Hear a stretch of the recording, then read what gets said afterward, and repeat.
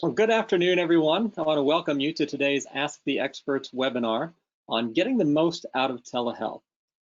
We are honored to have three very skillful telehealth practitioners with us today.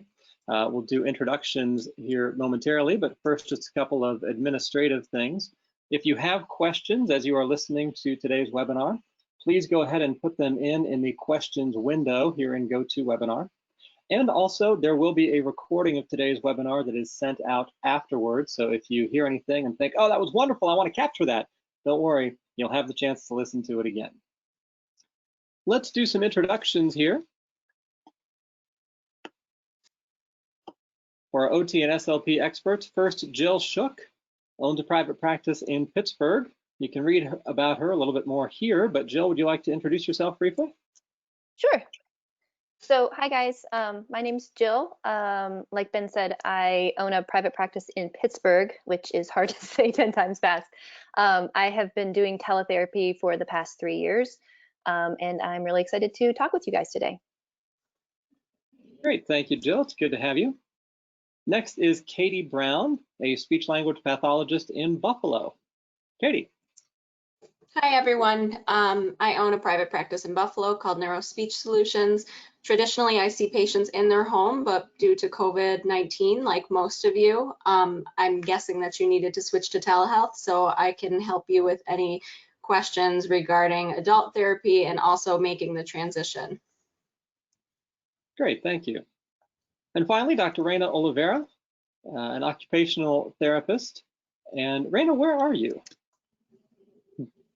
You're muted, Reina. I'm in South Florida. Okay, yeah. Great. And would you like to introduce yourself?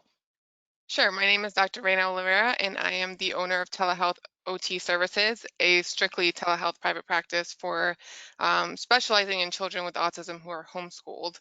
And now my business has also shifted into helping occupational therapists be educated in telehealth and how to implement. Wonderful. Thank you very much. This is more about me than anyone needs to know. I am the education director here at SimplePractice Learning and happy to be facilitating our conversation today. I want to dive right into the questions. One thing quickly before I do, for everyone in attendance, you'll see there is a handouts section in GoToWebinar, and that includes some SimplePractice information about telehealth. There's an appointment checklist, a resource directory, and a payer verification guide, all hopefully very useful information there that you can download at your convenience. So with that, let's dive right in. Our first question comes from Laurel, and it's, what are the most important details to know before starting your first telehealth session? And Reina, why don't we start with you on that one, then we'll go to Jill and Katie.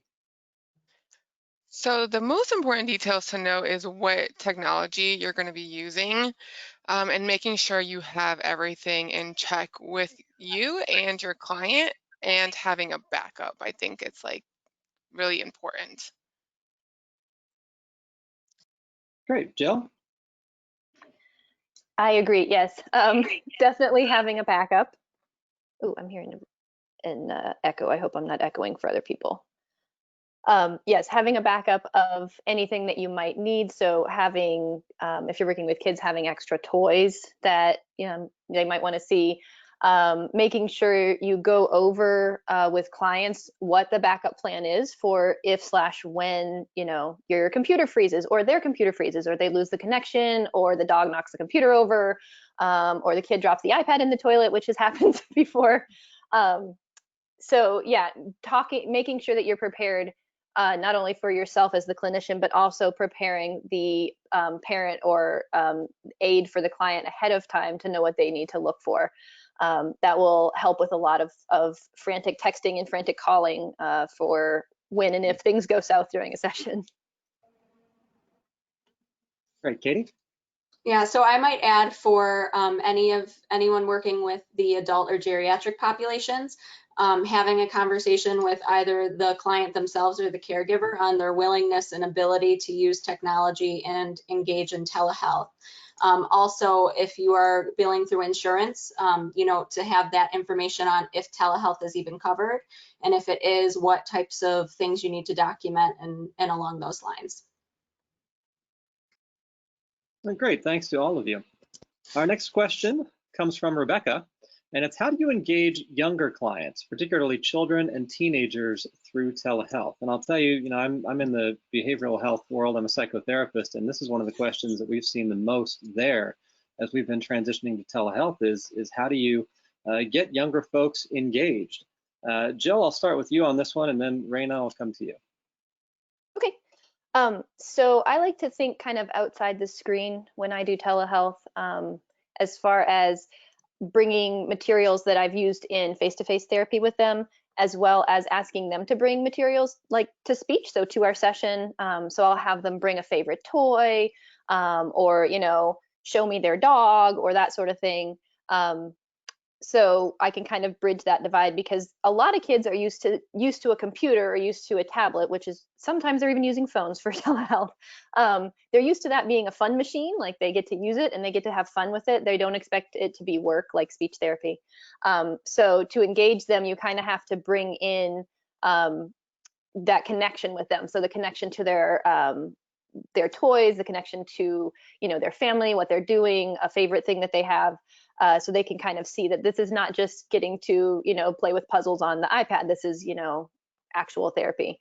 And then just bringing in things that they like. So, for instance, if I'm working with an older, elementary age client, we can talk about Roblox or the computer game that they like or something. And we can, watch a little video and use that to target goals on what they like. Just like you would do with face-to-face therapy, bring in kind of the client's interest, and you can just, use screen sharing to bring that up for them so you can both view it. And I found that goes a long way toward helping clients be more engaged with teletherapy. Yeah, I agree 100%. Building rapport is so important. And I think people think that like in telehealth that you don't really need to do that, but it's even more important to be able to like relate to your client and trust that you can develop a meaningful relationship through the screen. And then I guess from my perspective is that I don't necessarily try to engage a child like to the computer, but more so focus on the child and parent interaction from an OT perspective. And so my focus is not engaging them, but really making sure that the parent is engaging with them and I'm just like on the screen watching. That's a great point. I'm curious, and this, Katie, if this is for you too, the initial kind of process of relationship building when you're having somebody who's sort of coming in for the first time, or maybe the first couple of times, are you finding it to be markedly different when you're doing it through telehealth versus how it might be in person? And I guess, Katie, I'll start with you, and then Jill and Reina, I'll circle back to you. Sure. So absolutely, there is I notice a difference between telehealth and being in person, because there's nothing quite like being in person, but there's certainly still ways that you can build that rapport. One of the ways that I do that initially with anyone who's new is by making sure that I do a really person-centered assessment. So I'm not just saying, answer yes and no to all these questions and formally going through everything. I'm using things like rating scales and asking them about their goals, what they like to do, asking about their family, what types of things do you want to get out of speech therapy. And I think that makes it a little bit more, it makes it person-centered and it makes it less formal and scary like an evaluation might seem. And I find that's a good way to break the ice as far as, telepractice and not being able to actually physically be with someone.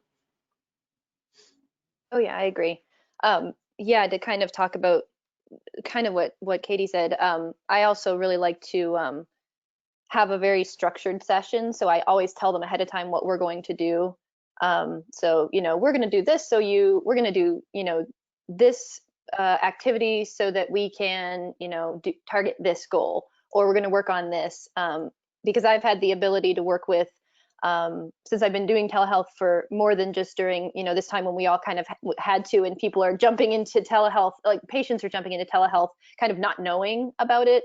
I mean, I've had clients who approached me for telehealth, so I've been able to see that difference between someone who kind of knows what they're getting into and someone who's had to start telehealth as a patient without knowing what it is.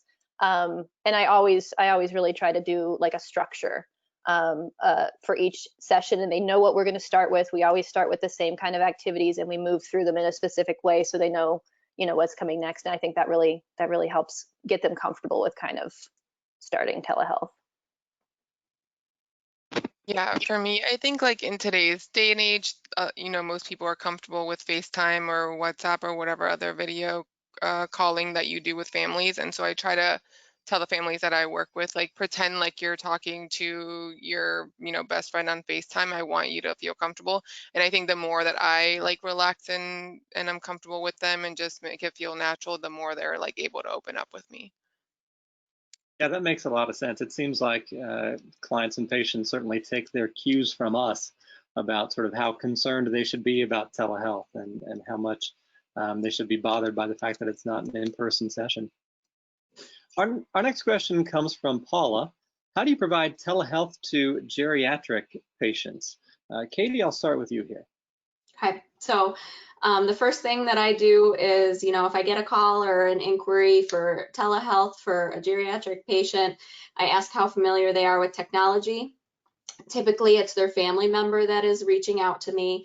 And, you may be surprised. I've seen clients who are in their 80s with smartphones that are doing things that I didn't even know was possible. But, I've seen the exact opposite too. So I wouldn't immediately eliminate someone who is unfamiliar with technology as ineligible for, telehealth. So, I've had numerous clients that are able to interact just as if I was with them in person. Some tips that I recommend is it's very helpful to have a caregiver with them to set up the telehealth session initially, or maybe, permanently every session they may need to help and set up with that. I always send out an email prior to our first session with recommendations for using telehealth successfully. Specifically with the geriatric population, you may have people who are hard of hearing, so you could recommend an extra speaker or headphones or something along those lines to make sure that they're able to access the audio. Also camera, you can think about things like, positioning for a wheelchair or something along those lines so that it's nice and clear. They can see the screen, what they're doing, and all of those types of things. Let's see, even accessing the telehealth session itself can potentially become a goal depending on the deficits that the person is having. If they're having trouble with sequencing and they have more cognitive issues, I think it's completely appropriate to walk through the steps on, okay, how are you going to get on our telehealth call, and be able to target that as a goal itself. So those types of things are really great for being able to work with geriatric patients and making them feel more comfortable with it too. Now, Katie, do you want to talk at all about Medicare billing for this, or is that too big of a can of worms to open up here? I can certainly talk about Medicare billing. I think that we have a question in a little bit that's about insurance and reimbursement, but Medicare billing is, the lucky thing is that SimplePractice makes it quite easy to send electronic bills, but there's been a big debate on getting us set up as distance providers, and we finally have, and I have received a reimbursement from Medicare at this point, so I can speak a little bit on it as far as like the codes that you need to use and all of that. I can address it now, or I can address it in a little bit if you'd like. Well, let's get there in a few minutes, but I did appreciate, I wanted you to mention that you've been able to do it successfully, which I know is often a concern for providers. Trying to figure out. There is a way to do it. It is not impossible. Good. Reina and Jill, anything you wanted to add about engaging with geriatric patients? No, I think Katie covered everything. That was great. Same. All right. Then our next question is from Lauren. How do you provide dysphagia therapy via telehealth? And I think, again, Katie, we'll start with you here. Okay, yeah, so I'll take this one again. So dysphagia therapy can absolutely be done via telehealth, and there is actually research to back it up too. Is providing this type of therapy challenging, via computer? Yes. Is it right for everyone? No.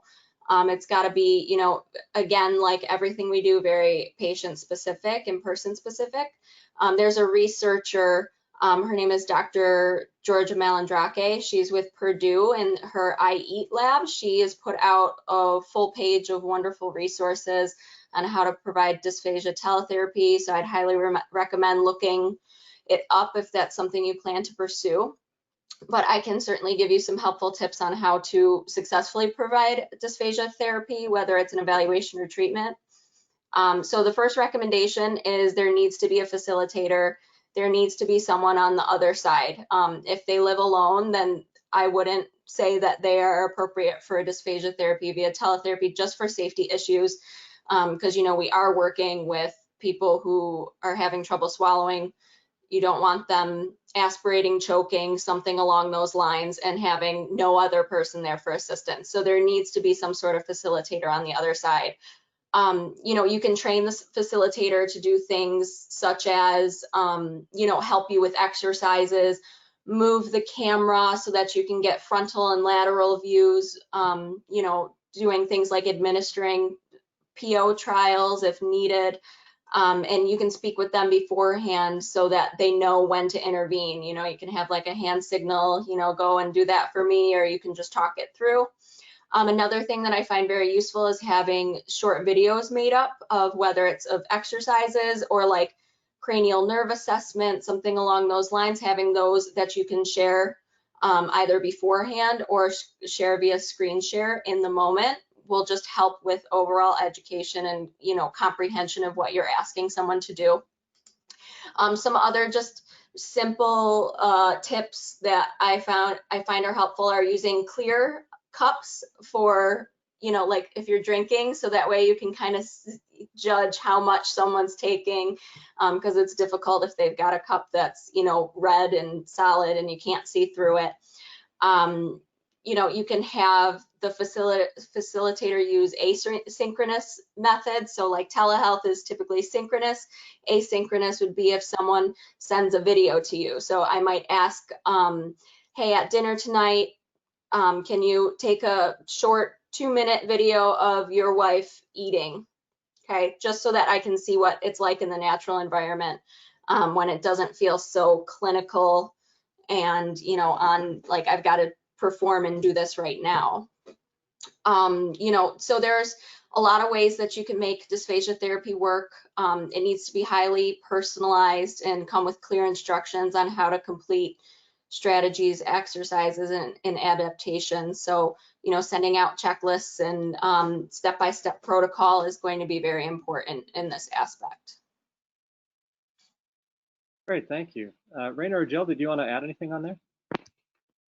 Nope. I think from like a safety perspective, and also like with geriatrics, I mean, with all populations, I think it's important to make sure that you have like Katie mentioned, like a safety protocol in place if like something happens, that they know that like you're not responsible for calling 911 and that they should have like some kind of emergency system like in place, especially with swallowing and geriatrics. So yeah, absolutely. I always have a backup plan, like Jill and Reina, both of you mentioned in the very first question. There's a backup plan, and it's different than if I'm doing speech or cognitive therapy versus swallowing therapy. It's certainly going to look different. Yeah, that makes a lot of sense. Let's go to our next question then, and it comes from Erica. And it's kind of a big, broad question. What kinds of assessments do you use? So Jill, why don't we start with you here, and then we will go to Reina and Katie. Okay. So this is kind of the age-old question that we often get even in face-to-face therapy, because so we have tests, and then we have other measures like that are not standardized, informal measures, language sampling, that sort of thing that we can use. Dynamic assessment if you're assessing someone who's bilingual, or if you have students who don't kind of match with any of the tests that we have, and that is the same issue that we have with testing via telehealth, because there are only a few tests, and Reina, I'm not sure about the OT tests that you use, but for speech there are very few tests that have been validated for use with teletherapy officially. So currently the ones that we SLPs would be using, the Goldman-Fristow the PPVT and EVT, and the SELF-5 and SELF-5 metalinguistics are all available to use, and they have been validated for use. They haven't been standardized for use. They've been validated for use with via telehealth, and Pearson, which is the publisher of those tests. They do have the information on their website. They walk you through. They have videos of how to do it. They have an online assessment portal that will, you can use.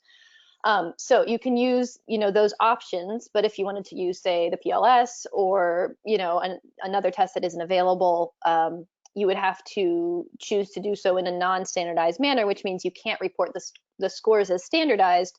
So if you're trying to do a test that for, insurance eligibility or school eligibility, and you have a certain, benchmark that you have to meet, a certain score cutoff, it's a little bit tricky because you can't be using those as standardized scores.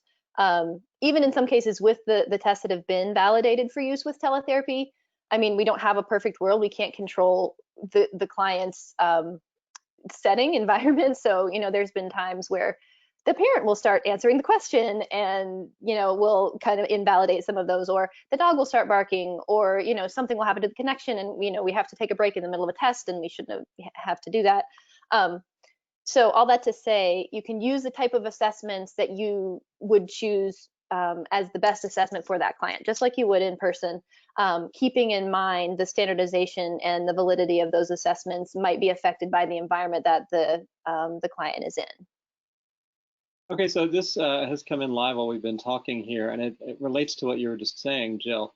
See if I can sort of understand the meaning here. As it relates to those non-standardized tests, so where you might not be able to report norms, does it still make sense to use them to demonstrate sort of clinical change? Oh yeah, yeah. I mean, I'm a big fan of non-standardized measures as far as tracking progress, and sometimes just getting a whole picture of the client beyond what you can see in a standardized measure, because that's obviously not the whole picture of any client. Is it's a snapshot in time. So yes, I would definitely say you can, use those non-standardized measures, use criterion reference measures, use handouts, or, tests that you can, self-reports, that's what they're called. Self-reports or reports and questionnaires you send to the parents or caregivers. So yeah, use those. And then, you just have to be very careful in your report, how you're writing it up, mentioning the environment that they were given in, that the testing was done via telehealth, whether the test itself was, validated for use via telehealth, and why you think that it's important. I'm using the, the PLS, whatever portion, because I feel that it is, or because it measures, receptive language better than, another, a different test, or, whatever test you're using, just to have that piece of information that you feel that test can give you that another test can't. So short answer is yes, go for all those informal measures as long as you document them correctly. Okay, so just maybe a little more contextualization and a little more in the way of cautionary notes. Yes. Okay, Reina, what about you? I know that your work's a little bit different. In the world of OT, what assessments are you using via telehealth right now? Yes, so Jill mentioned Pearson, and then there's also WPS Publishing that have both put out digital assessments that can be used via telehealth, such as, and I'm going to also list the alphabet soup here, the REAL, REAL, the PDCAT, SPM, the Sensory Profile, Violin 3, and many others. For my practice personally, I don't really use assessment, standardized assessment tools. I rely more heavily on observation and asking the parent what they're struggling with, and then try to use goal attainment scaling to create my goals in collaboration with the parent and go from there. So, we'll talk about this a little bit later, but I don't submit to insurance, and so I don't need to rely on those standardized assessments. But I'm really glad that Jill brought that up, because it's something that's not talked about, and people want to use tools that maybe seem appropriate for telehealth that you can do and that are standardized, but they haven't been standardized for telehealth. So definitely proceed with caution on that. But there's a lot of assessment tools that are now digital, and it's amazing to see what's come of it, especially now these companies are providing discounts and are providing more guidelines to how to give the assessment tools via telehealth. So. Yeah, great, thank you. Katie, what about you? What assessments are you using? So like Reina was saying, you know, I do a lot of goal attainment scaling and everything like that as well. My assessments haven't necessarily changed too much at this point because I love doing, you know, person-centered therapy assessments. I love using things like rating scales, which, you know, can be standardized, as, you know, you can find them available in research articles. One of the most popular ones that I use is the patient competency rating scale. So you can find it freely online. It has a patient and a caregiver section, so they can rate their skills in various areas, and you can look for discrepancies and see a lot, you know, about insight into a client's deficits just based off of comparing the two. And just a note on if you are going to use, because Jill and Reina, you were both mentioning online tools that have been adapted and are currently already online.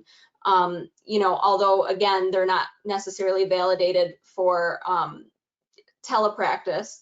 One cool thing that I've learned is that, you know, if you have, say, the scoring sheet or the stimulus book, but you can't, you don't want to hold it up in front of the camera, it might have a glare, there might be something going on.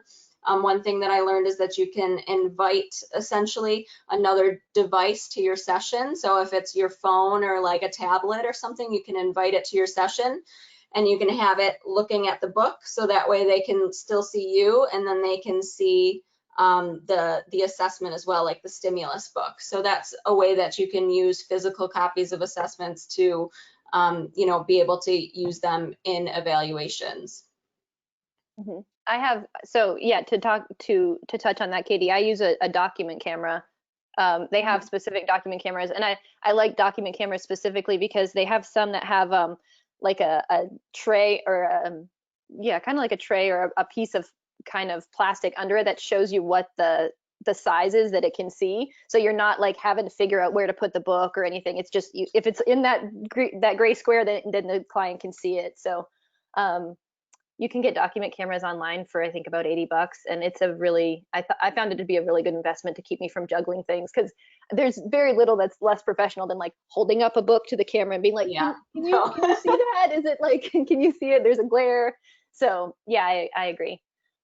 That actually, that raises a related question, and it's about equipment. So a lot of folks have been transitioning, you know, as quickly as they can to telehealth. For somebody who's an SLP or an OT who is making this transition and they're trying to figure out equipment stuff, so maybe a document camera is going to be helpful. What else, other than sort of the standard, you know, maybe headset and camera, is there other equipment that would be especially helpful for folks to have?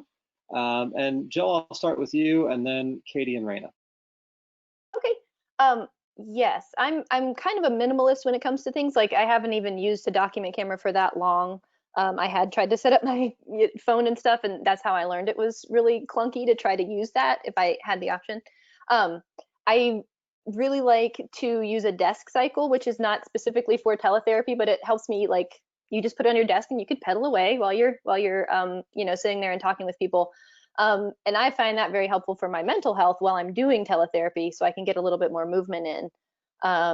So that's equipment that I like. I also really enjoy having a desk riser on my my desk, my computer desk for teletherapy, because it gets my computer up so I'm not kind of leaning over it. It's eye level, and I think that works really well. And it has, like, you know, little nooks and crannies I can put things in, because it's helpful to have that on your desk. So a desk riser, and then or something, you know, you can raise your computer up on, and then some sort of, they have under desk like ellipticals you can use, but I like my desk cycle for that too. Reina, what about you? So I get asked a lot about like dual monitors and if you need two monitors, one to document and one to see your client. So that's an option that I want to mention. Personally, I was gifted an iMac, so it's a large screen, and so I can just divide it and I can put my documentation on one half and one on the other. So, if you have unlimited funds, I would totally say go with a large monitor. Setting up two monitors can get kind of messy, and I just like the clean one monitor, and it works well for me. I couldn't really imagine doing it like on a laptop like a lot of people are doing because they have to, and they didn't have the time to go shopping. But yeah, I just either dual screen or a large screen, I would say is my equipment recommendation. I mean, I know that one of the cautionary notes we have to add in here right now is that it's really hard to find video conferencing related equipment right now because there's been such demand for it. But Katie, any equipment recommendations? The only thing I was going to add was the dual monitor. So Reina covered that. Maybe a comfortable chair. The first month that I was doing this, I had a terrible chair and I switched it out and I'm much happier now. It's amazing what a difference that kind of thing can make. Our next question comes from Joanne. How do you collect reimbursements for telehealth? And I know that Katie, you started talking about this a little bit earlier, but for everybody, what's your process look like for collecting reimbursement these days? And I guess, I'm sorry, Jill, I'll start with you. Okay. So it depends on if you're working with insurance or doing private pay. So I will speak to insurance because I know Katie and Reina are able to speak to other aspects like private pay and Medicare. So as far as insurance, again, because I've been doing telehealth for a while, I've been getting reimbursed for that time, which has been really, really nice. And I'm hopeful in the future it will be easier to get reimbursed. But I think in general, the process is the same. So always check either via the eligibility portal with the insurance, or calling if they still have a number. I know a lot of insurances don't give you the number, or you can't find the number, or they don't usually answer the number. But call and try to talk to someone and ask for the specific CPT codes that you will be billing with the telehealth modifier. Ask them what telehealth modifier they would like you to use, because there are a couple. Some like to use GT, some like to use there was another one. There's GT 95. And then 95. Yes, I was blanking on that one. And sometimes, they'll cover one but won't cover the other, even though they're basically the same. There are some other codes that I had seen on ASHA that Medicare and Medicaid might be using, but that depends again on Medicaid in your state. It could be different. So call them, say, these are the codes I'm going to be billing. 92507 for general therapy. What telehealth modifier should I be using for this? And then also ask them what place of service they would like to use, because in general you use O2, which is synchronous audio video conferencing software. It's the long name that CMS came up with. But sometimes they want you to use 11 for office. Confusingly, even though you're seeing the client in via telehealth, they want you to use 11 for office because you're in your office, and it can get confusing. So my number one requirement is call them, ask them specifically what codes you use as far as CPT codes, modifiers, and then place of service codes, because that will solve many of the problems you'd have down the line when you'd send them in and the biller doesn't know what GT means, or you send them in and the biller doesn't know what, why it's listed as 11 or 02. So get that in writing, write it down, have it down, photocopy it so you can send it to, whenever if they deny your claim. And then as far as that's kind of all the legwork you have to do. I mean, I use SimplePractice and it makes it so easy to just fill out the form, and now you can just add the modifiers right there when you do the appointment, and it automatically updates to the claim form, and then you can just submit it. So it's really easy once you get that front end out of the way with as far as verifying telehealth coverage. The joys of working with insurance. Yes. Reina, what about you? So I have a unique situation. I say my practice is cash-based, and part of it is, but what I want to share today is that in Florida, there's a scholarship that parents of children with autism primarily and some other diagnoses get, and they can use the funds from that scholarship to pay for my services. So that is how I get reimbursed. I became a direct provider through that scholarship, and then I submit the reimbursement to them and they pay me directly, and it's under that child's ID. And I know there are a few other states, I believe Arizona, New Mexico, maybe California, have something similar. And so I just wanted to throw that out there as like, an option that you could have in your state. Great, thank you. And Katie, what's your reimbursement process look like these days? Yeah, so Jill hit the nail on the head as far as calling and asking what exactly is it that you want me to bill, because it's going to be different for every insurance company. I always get a reference number at the end of the call, so that way if there's any issues I can say, well, according to this reference number, I billed correctly, things like that. But as far as Medicare, so far I have been reimbursed, and I will tell you how I've been reimbursed, and that is by using not O2 for place of service, even though you would think that it would be. I use 11 for office, and that's what worked.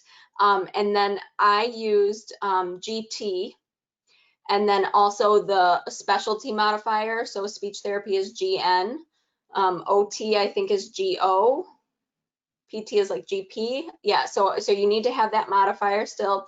I use GT. I've heard of other people saying that using 95 instead of GT, they got reimbursed as well, but I'm going to speak to my experience, which is that I used place of service 11 for office, I used GT for telehealth, and I used GN for speech therapy, and I was reimbursed. So that's all I've got to say on Medicare. But you can always call your MAC and see exactly what it is that they're looking for, because it might be based off of which Medicare administration actually does your billing.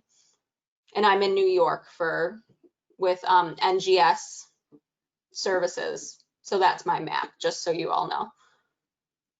Jill, what were you going to add there? Yeah, I'm sorry about that. I was just saying that, yes, I've always used GN as the modifier as well, so I should have mentioned that. Some people who have talked to me personally have been confused about like stacking modifiers, but you can use up to 4 modifiers per CPT code, so you can add GN or GT or 95 and then still use GN, which is what you'd use for the speech therapy plan of care anyway. So you can use both of those. So speaking of some of the sort of more, I guess, procedural or administrative elements of practice here, a question came in on the live chat. Does telehealth change anything with liability insurance? If we're doing telehealth now, should we be contacting our liability insurance carriers? Yes. Reina, I'll start with you. Did you talk with your liability insurance, and what did they say? Yeah, so I started my practice, all telehealth, but definitely when I spoke to, I have Pro Liability by Mercer, and when I spoke to them, that definitely was a question that I wanted to get clarified, and I definitely recommend anyone who has switched over to call, or who's planning on switching over, to call their liability insurance and make sure that telehealth is covered. That makes good sense, right? To make sure that in this area of practice that your liability insurance would cover that area of practice. Jill, what about you? Was it just a simple phone call? Were you already aware of your liability insurer covering telehealth, or how did that work for you with liability insurance? So I have Pro Liability from Mercer too. The one that you can get through ASHA with your ACE award discount. And yes, I just called them because I provide in-home services as well, and that's what I started doing, and then had transitioned to telehealth, and now it's all telehealth for the foreseeable future. So yes, I called them and had that added on to my policy, so they understood that I had both of those areas, because I don't need a general liability policy for an office, because I don't have an office. I just need professional liability, but they do have, an addendum they can add on for telehealth as well. Great. And Katie, what about you? I don't have anything to add. Yeah, call and make sure that you have telehealth is, covered and under your policy. That's funny. When you started saying that, I thought you were going to say, "Oh, I don't have any liability insurance." I was going to say, "No, Katie, you have to." No, I work with In the dysphagia call. therapy and I have no liability insurance. Not a smart idea. Get liability insurance. Yes. All right. Our next question here comes from Alec. What are some best practices for encouraging parent or caregiver participation in telehealth? And Reina, why don't we start with you, and then Jill and Katie. Sure. So I think the biggest thing here is communication, communication, communication. I think if you set the groundwork by telling, the parents what your intentions are, what your model of treatment is, and making sure that that's all clearly laid out in that first appointment or even before the first appointment, then, you'll have better success. Also within that, highlighting what the benefits are for them to participate in. And so for me, I want them to become empowered to provide their interventions with their child when I'm not there. And so I think clearly identifying the benefits and showing them, why, and having that communication is key to having a successful parent or caregiver interaction. Great, thank you. Jill, what about you? Yeah, I agree. Setting the groundwork ahead of time. I mean, as a parent myself, I like going into an appointment knowing, this is what I need to do, and not just sit there going like, what do I don't know what to do with my hands. Like, what am I supposed to do? Well, my child's, doing whatever this therapy is. So yeah, laying the groundwork and setting out what your requirements are. And letting them know a lot of times, I'll be talking to the parent more than I'll be talking to the child, like Reina was saying. Or Katie, like you were saying, you'll be coaching the caregiver on how to, provide or move or, support the client that way. So yes, being very clear about what the expectations are, because a lot of parents don't know that they are needed there for telehealth. They think they just set their kid in front of the computer and then kind of like go do the laundry and come back. Hey, free babysitter for a yeah, little while. basically. So yeah, making sure you have those, like the expectations very clear, and then also, what's going to happen if they don't do that. So, this is, the expectation is you're here with your child. If you're not able to do that, we'll need to reschedule, or you might need to, wait till, we do in-person therapy again. Maybe telehealth might not be a good option for you, if that's not something that you can do. Right, and Katie, what about for caregivers, especially if you're working with geriatric patients? Yeah, how do you of course. best So, go about getting them involved? yeah, so I like Reina said, you want to empower them, you want to empower the caregiver, you want to empower the client as well. I always mention that although the client is the one that has the communication disorder, it has a wide-reaching effect on family and friends as well. So they're noticing differences. Their husband isn't able to talk to them like they used to be able to, and the only way to teach them to be able to adapt their communication style is by having them present.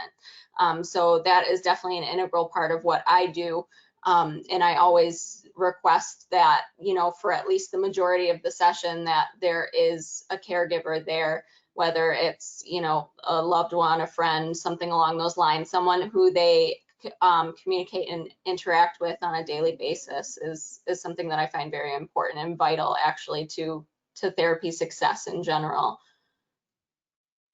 Yeah, that makes a lot of sense. Our next question comes from Sharon. How are you marketing your telehealth services? And Katie, why don't I stay with you here to start with, and then Reina, and then Jill. Sure. So first thing that I did was I wrote a blog post on what it means to do teletherapy. I sent out an email to all of my existing clients explaining what teletherapy is with a link to that blog post, so that everything was, all set up and they could kind of understand what it means to do it. I spoke with my existing clients at length to see if it was right for them. And then, I additionally, as far as any new referrals, I called all of the, the physicians that refer to me in my area and let them know that I'm now providing telehealth services. And, put a big banner across my website page so that whenever anyone clicks it, it says right up front, providing telehealth therapy due to COVID-19 pandemic. Click here for more information, call this number to schedule, along those lines. Yeah, so my method is, I feel like, completely different than what Katie mentioned, which is great, right? That's why there's three of us here. Yeah, I'm like the transition, right? Yeah, So yeah. Reina, you have a completely different experience. Yeah, so for me, all of my marketing efforts were through social media, and it's like I'm doing telehealth, and I expect people to be online, so I'm going to market to them online. I attempted to go the physician route, and it didn't serve me well. Not saying that it doesn't, it just like it didn't really work for me, and so I stuck with the social media route. Really, the key. Okay, well, whenever I asked for marketing advice when I started my business, people were always saying like word of mouth. And I'm like, well, how do you get that one client in order for it to start trickling out, right? So after that, I just realized like you have to tell everybody about your business, talk to all your friends and family, see who they may know. And then through social media, being on Facebook, like being in groups where your client may be and becoming like showing them that you're an expert in whatever problem that you're going to be helping them with. And then just building connections and just building relationships with people. I think that's really the key focus, especially in telehealth, because people, if they're not transitioning from in-person to telehealth, they're going to have a hard time trusting you through online because there's scammers and etc. So really building relationships with people is key. Yeah, totally. And like you were saying, Katie, we have a transition because I've been doing in person. I've had my private practice for 5 years, and I was doing in person, but I've also had telehealth. So I've kind of been riding that wave of marketing telehealth before it was a thing, before it was cool, before people knew what it was. And I can say it was a lot harder to even share about telehealth with clients, for them to even understand what I was talking about, really, like a year ago than it was last month. So now people are much more open to it now that their doctors are doing it. So as far as marketing, a pandemic is kind of doing a little bit of marketing for us as far as getting people to understand what telehealth actually is. And then making sure, like Katie was saying, like anything online, because again, they're going to be online. So your website has everything updated about telehealth. I'd written a blog post as well, so I link that on my facing page of my website. Like they log in, this is how I offer therapy. It links, it's underlined and links to the blog post about what is telehealth. And then I talk to my clients about it so they understand it. And then I also made sure my Google My Business page, which is that page that comes up if someone Googles you, right there on the right, it'll have your picture and your map and of where you are and everything and your hours. So that's you have to make sure that's updated as well, and make sure that you put telehealth on there as well. And I haven't seen with any of the insurance providers that I'm with where on their insurance provider website they've updated a place where you could add telehealth as an option, but I foresee that they'll be doing that in the future as other parts of other medical professionals start adding that to their repertoire as well, because a lot of people, psychotherapists and counselors and everyone are going to be keeping that in their rotation as far as how to provide therapy. So I think that'll be good as well to have that. Yeah, a lot of the therapists I know are really wrestling right now with the choice of whether to reopen a physical office or whether to just practice online here going forward. Staying on the question of marketing just for a second, because when you're doing telehealth, you don't really have the opportunity to like hand out business cards. When this started, you all were, I think, pretty unique in the telehealth services that you offered, but now everybody's doing telehealth. So with everybody doing telehealth, are you finding that you're having to adjust some of your marketing to highlight other elements of your practice? Is it a different process of kind of generating word of mouth referrals? What adaptations have you needed to make since now everyone else is largely online as well? I feel like I just got like really lucky with the horrible situation because And I wanted to, I'm going to tie this into to answer your question, but I wanted to highlight that the SimplePractice booking widget, and I've had that on my website, and it's awesome. And I'm like, this is great. But before coronavirus, like I had maybe 1 or 2 people like that use that, and now people are going on my website and requesting appointments like all the time. And so I think I haven't really had to do anything. It's just coming to me because of, like Jill mentioned, because of the pandemic. So. Yeah, you were lucky in that you had all the tools kind of already in place.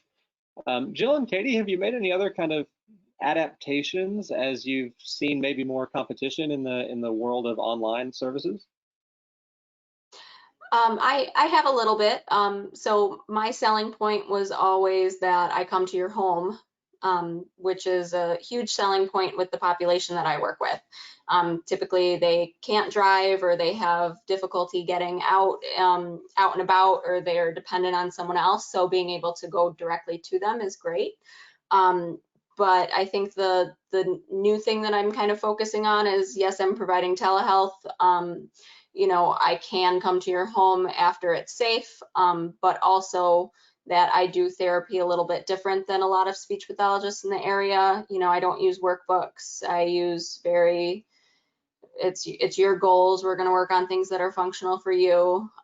You know, the impairment score may not change, but you know, your verbal expression score might not change, but you're going to be able to order a coffee at, you know, Dunkin' Donuts, and that helps your quality of life and things like that. And I think that's definitely a wave and a surge that is happening in the speech pathology field right now, but not everyone's quite on it yet. So that's kind of more my selling point now that everyone's also doing teletherapy.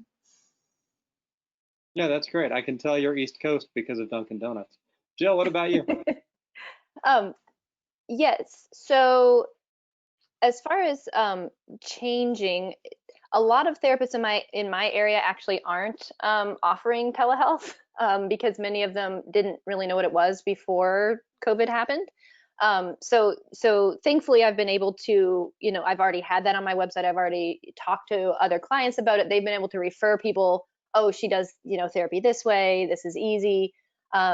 I mean, for a while I've had clients who do a hybrid model. So I'd see them once a month at their home, and then the other 3 times a month, you know, via telehealth, and I can work with that. So like Katie was saying, just like with you know, regular in-person marketing, you can market what's different about you, how you kind of have a niche, you know, based on the other people in your area.